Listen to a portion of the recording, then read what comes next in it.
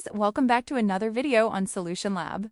In this video, I'm going to show you how to find your Roblox user ID on mobile step by step in a very simple way. First, open the Roblox app on your mobile phone.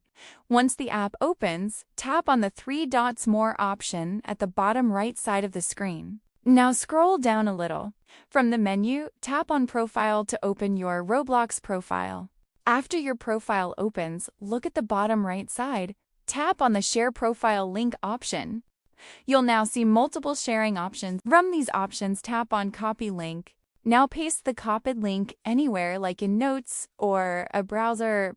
In the pasted link, the numbers at the end are your Roblox user ID. And that's how you can find your Roblox user ID on mobile easily. If this video helped you, don't forget to subscribe to Solution Lab. Also, comment below if you want more Roblox tips and tutorials.